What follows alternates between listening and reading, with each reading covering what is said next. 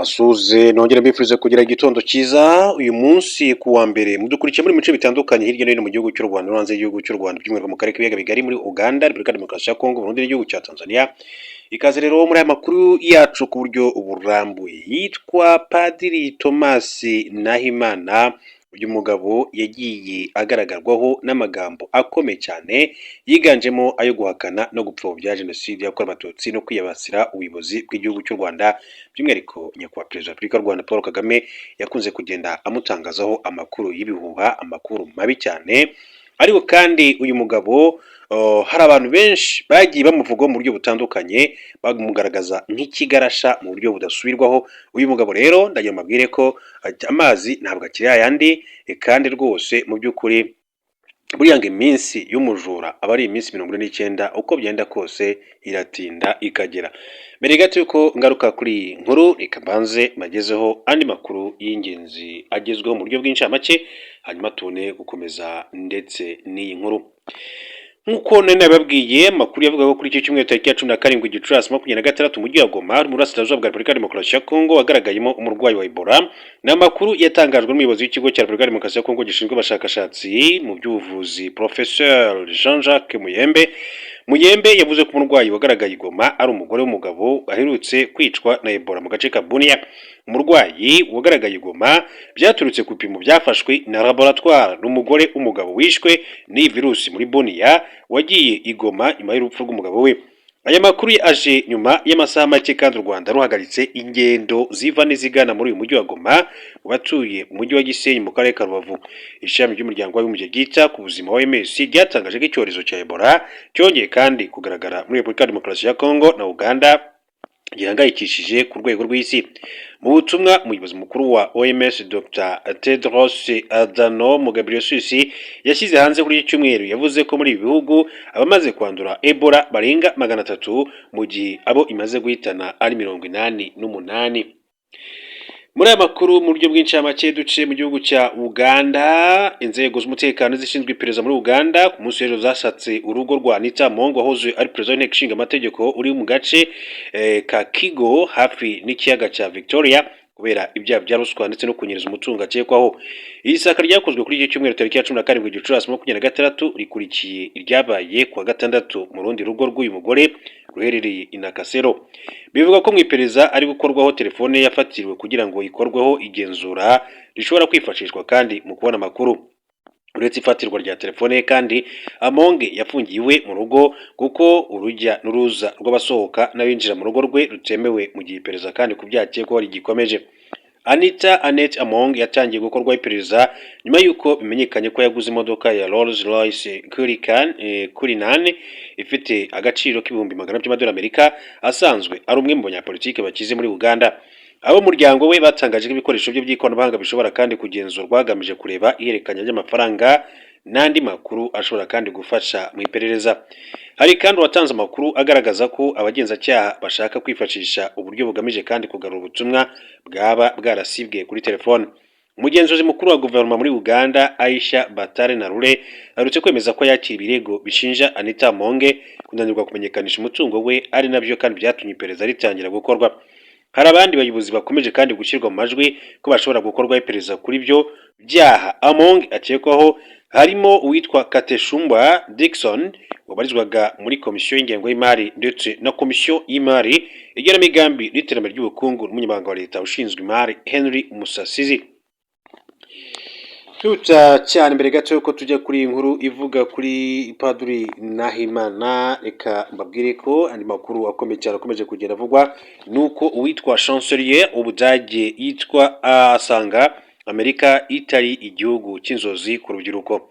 Chancelier Ubudage yitwa Friedrich Merz yavuze ko kuri ubu atagishishikariza abana be kujya kwiga cyangwa se gukorera muri Leta Zunze Ubumwe za Amerika kuko imibereho n'imibanire y'abantu muri icyo gihugu abona bikomeje kuzamba.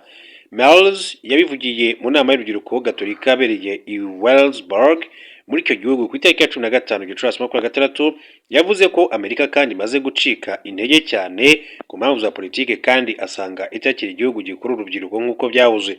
Yagize ati ndi umwe mu bantu bakunda cyane Amerika, ariko muri iki gihe uko nyikunda ntabwo biri kwiyongera. yakomeje agaragaza ko n'abanyamerika bize cyane bagenda bagorwa no kubona akazi, ibintu yavuze ko bigaragaza ko Amerika itakiri igihugu cy'amahirwe nk'uko byari bizwi mbere.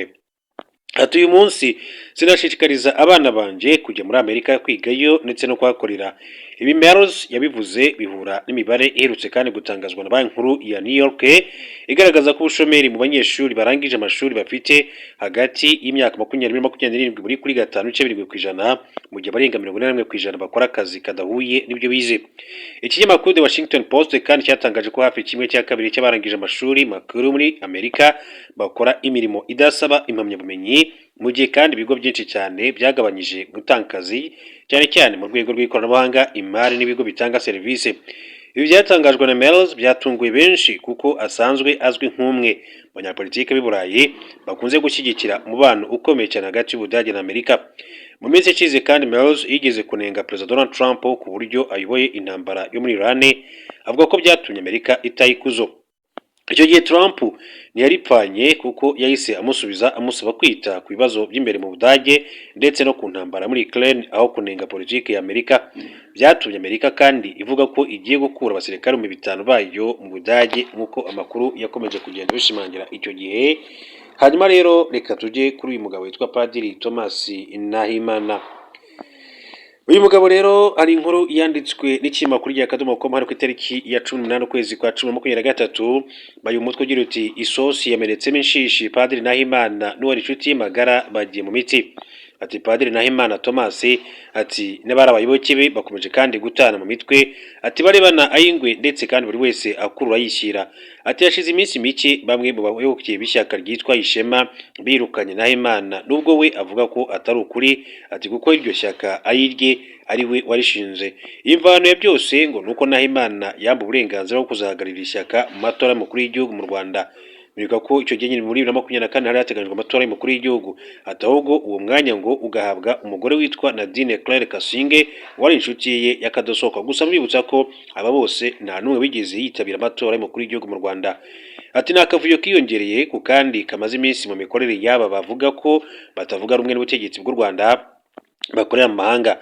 Padiri Thomas Nahimana ubwe aherutse kuvuga ko amashyaka akorera hanze y'u Rwanda bigoye ngo atanga umusaruro, ko ariyo mpamvu we yahisemo kandi gushinga guverinoma ikora mu buhungiro. Iyo guverinoma ngo niyo yateje imbere agamije guhurizamo abantu benshi, ko abavuga ko bamusezereye mu ishyaka bibeshya. Ati muzabibabaze, ati bazabasobanurira. Izi ntugunda zaturutse ku bwumvikane buke bwabaye ubwo abagize iri shyaka bateranaga muri Nyakanga uyu mwaka nk'uko babivuze icyo gihe muri 2023. Ati mu biganiro bigamije gushaka umukandida ngo ugomba kuzarihagararira mu matora y'umukuru w'igihugu mu Rwanda umwaka utacyo gihe 2024. Bivugwa ko Nadine Claire Kasinge wari umuyobozi bw'iri shyaka irahanganiye uwo mwanya na Padiri Thomas Nahimana, ndetse ko uyu mugore yaje gutangazwa ku itariki ya 4 Nyakanga ko ari we watorewe kuzarihagararira. Thomas Nahimana ntibyigeze bimugwara ku nzoka, ngo yasazwe n'uburakari arivumbura ndetse atangira kubwira nabi abo bari basanzwe bafatanya mu bikorwa byabo byo guharabika u Rwanda. Muri 2005 Nahimana yavuye mu Rwanda avuga ko umutekano we utameze neza, yakirwa mu Faransa muri diocese ya Le Havre aho yatangira politike. Nta byaha yakoze ku buryo umuntu yavuga ko yashakishwaga mu gihugu cy'u Rwanda. Uko iminsi yashiraga yarushagaho kandi kugaragaza amatwara mashya, kugeza ubwo afatanyije na mugenzi we witwa Fortunatus Rudakemwa bashinze urubuga rwa internet rwitwa Le Prophète, ruba umuyoboro w'icengiza amatwara ry'urwango, ipfobya n'ihakana rya jenoside yakorewe abatutsi mu mwaka wa 1994. Tariki 28 Mutarama 2023 yashinze ishyaka Ishema ry'u Rwanda nyuma yo kwimwa icyizere n'abari abayoboke bo mu ishyaka rye. Yavuze ko ntacyo bivuze ngo kuko afite ikindi kirenze ishyaka. Ati jye mfite itsinda rirenze ishyaka, hari uwandusha kurimenya ko ari njye warishinze, mfite itsinda riruta inshuro 1000 iryo shyaka ryitwa Ishema.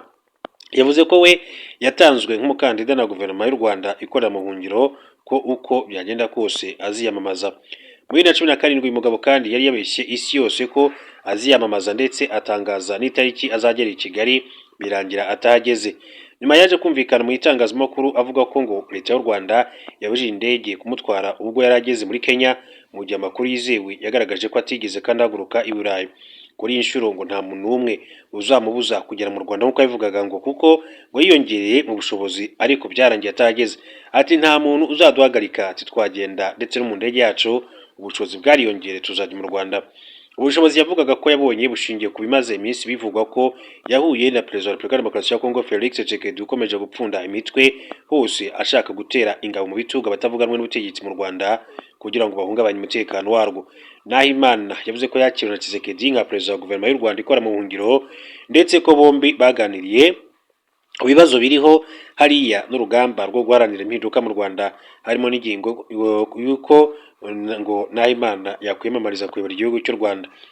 Nadine Claire Kasinge we yavugaga ko hashize igihe kinini cyane Padiri Nahimana atakiri umuyobozi w'ishyaka rya Ishema ngo kuko yamusimbuye kuri uwo mwanya muri 2018. Mu mezi make ashize ngo hakozwe amatora y'ugomba guhagararira iri shyaka mu matora ya perezida mu Rwanda arangira Kasinge ari imbere ya Nahimana ariko undi ntiyabyishimira. Ngo Nahimana yararakaye cyane avuga ko atari byo, ko nta giti gishobora kandi kubaho nta mizi, ko ari imizi y'ishyaka Ishema, ko ridashobora kandi kubaho ritamufite. Kasinge ati ubwo arasohoka, ati yasohotse mu nama itarangiye neza, ati na bamwe mu bo bari kumwe ati basohoka badutera ubwoba cyane. Kuva ubwo ngo Nahimana kandi ntigeze yongera kugaragara mu bikorwa by'iryo shyaka. Umunsi ku wundi ngo yumvikanishaga ko amashyaka ntacyo amaze, ko ahubwo bakwiriye kuyavamo bakajya muri guverinoma ye.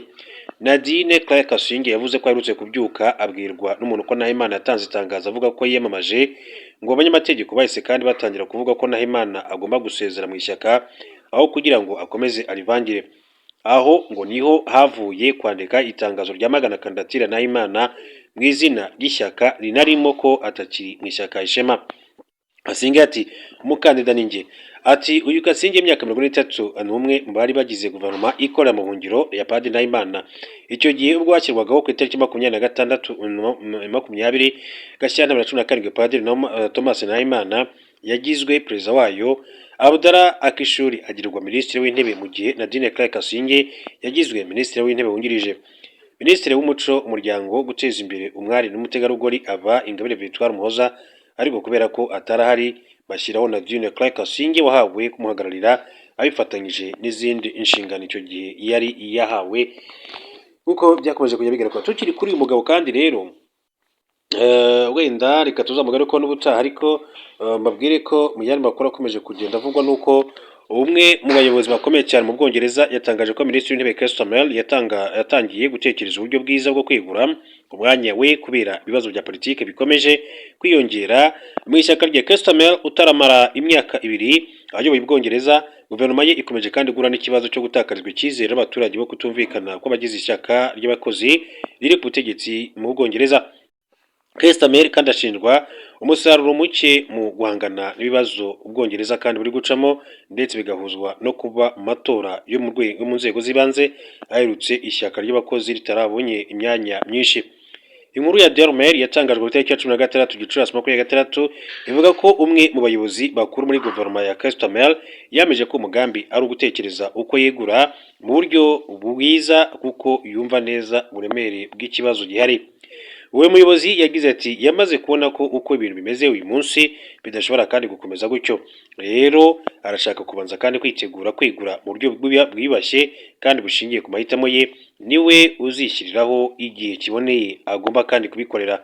Ntabwo aramenyekana igihe itangazo kandi ry'ubwegure bwa Keir Starmer rishobora kandi gusohokera, gusa abo hafi ye bagaragaza ko ashobora kuba yaragiriwe inama yo gutekereza amatora azabera mu gace ka Makerfield yo gutora umudepite uzarihagarara mu nteko ishinga amategeko uzasimbura uherutse kwegura.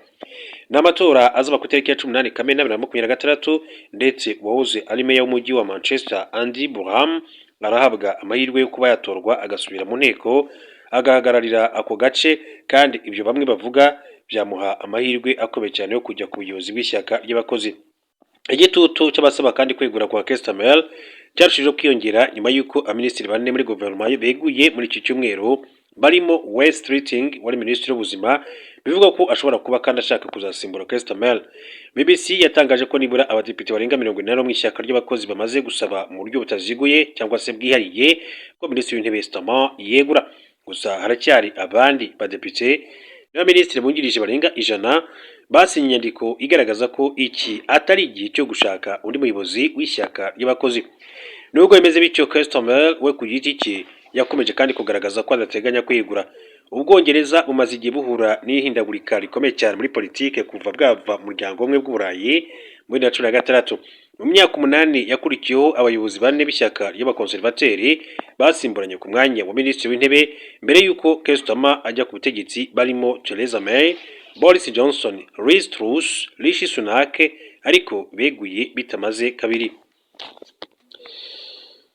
Reka rero mu yandi makuru mbabwire ko minisitiri w'ububanyi n'amahanga wa Afurika y'Epfo yitwa Ronald Lamola yibukije Leta Zunze Ubumwe za Amerika ko nta burenganzira ifite bwo kwibuza kwitabira inama ya G20 kubera ko iri mu bihugu byatangije iri huriro ry'ibihugu bikize ku isi.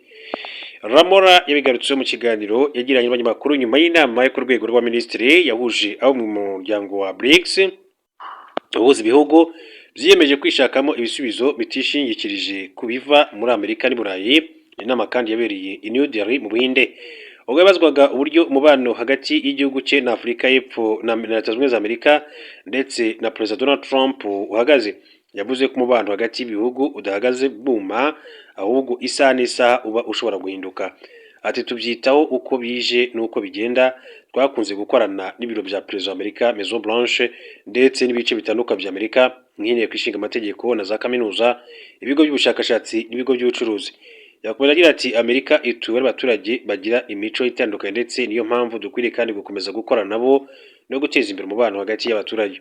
Yakomeje avuga ko babo batunguwe no kubona ko umubare munini cyane w'abakerarugendo basuye Afurika y'Epfo muri 2025 ari abaturutse muri Amerika.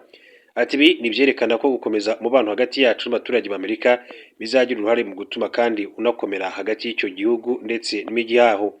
Ubwo yabazwaga ibijyanye n'uko Perezida Trump ashobora kandi kwangira Afurika y'Epfo kwitabira inama ya G20 izabera muri Amerika, Lamola yavuze ko Trump nta burenganzira afite bwo kugena niba iki gihugu kizitabira cyangwa se kitazitabira inama.